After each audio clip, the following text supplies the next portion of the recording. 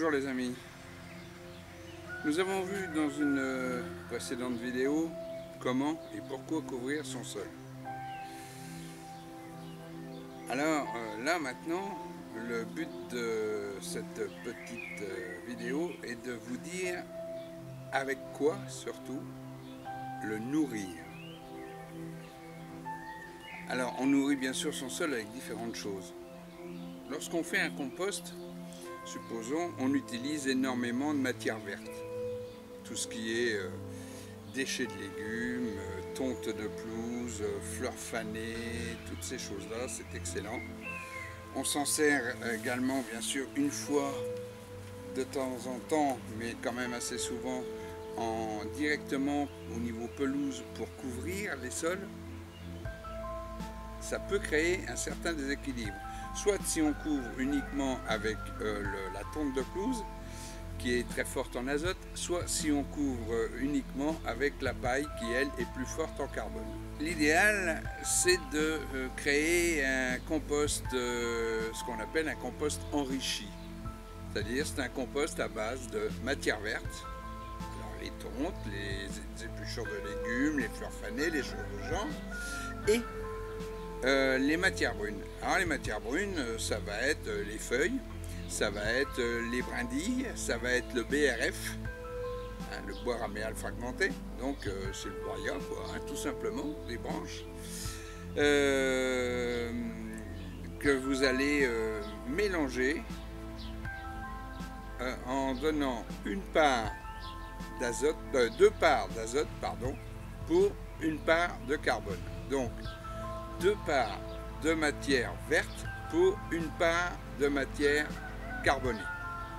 Ça peut être aussi de la paille, hein, simplement mélangée avec.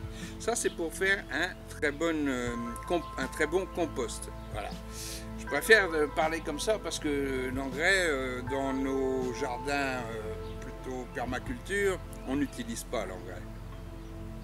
Ce que beaucoup de gens appellent l'engrais, ce qui est la poudre chimique, qui est une véritable saloperie pour la santé.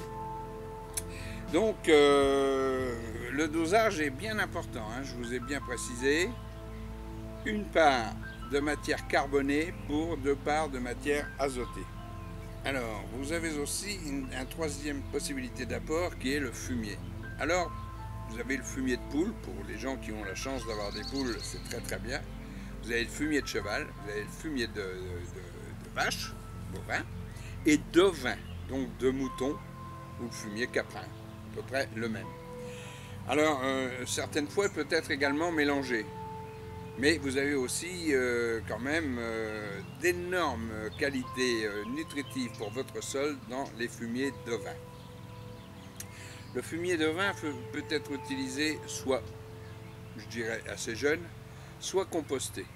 Si vous voulez le composter, il va falloir faire comme avec du compost traditionnel, c'est-à-dire vous allez devoir remuer le tas au moins une fois ou deux, et il va se composter sur l'espace de 8 mois, 1 an quoi, maximum, en le remuant bien comme il faut et en le mouillant de temps à autre.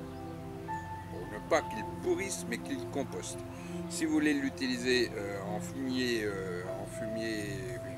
naturel, hein, je veux dire, c'est encore différent. Alors moi, j'utilise le fumier en mettant une couche, par exemple, avant l'hiver, sur le sol. Les micro-organismes du sol vont venir le chercher, vont l'incorporer eux-mêmes au sol et il va nourrir le sol. Ensuite, ce fumier, bien sûr, une fois que je l'ai mis, je le recouvre avec de la paille, avec de la tonte, avec des choses de genre, qui vont empêcher qu'il soit délavé aux premières pluies et que tout ça, tous ces nutriments se retrouvent à 1 mètre de profondeur dans le sol, là où les légumes ne pourront plus aller chercher. Donc il est très très bien, effectivement, si vous pouvez le faire, de faire ceci. Vous pouvez également, au mois de mars et avril, dans ce cas, incorporer en surface du fumier composté. Toujours pareil, en surface et en recouvrant avec d'autres éléments tels que la paille ou la tonte de pelouse. Dans les composts, je vous ai parlé du compost amélioré, mais vous avez le compost traditionnel, donc qui va être fait avec les tongs de pelouse, avec les déchets ménagers, avec les fleurs fanées, tout ça bien mélangé, remuer régulièrement, arroser de temps à autre pour pas qu'il reste trop sec, parce que sinon il ne fermentera jamais. Si vous avez des vers de terre, vous pouvez carrément les incorporer à votre tas de compost, ça ne sera que meilleur, ils vont aider le compost à se faire. Mais le compost traditionnel est beaucoup plus faible en apports minéraux que le compost amélioré. Donc il est préférable, si vous le pouvez, de faire un compost amélioré.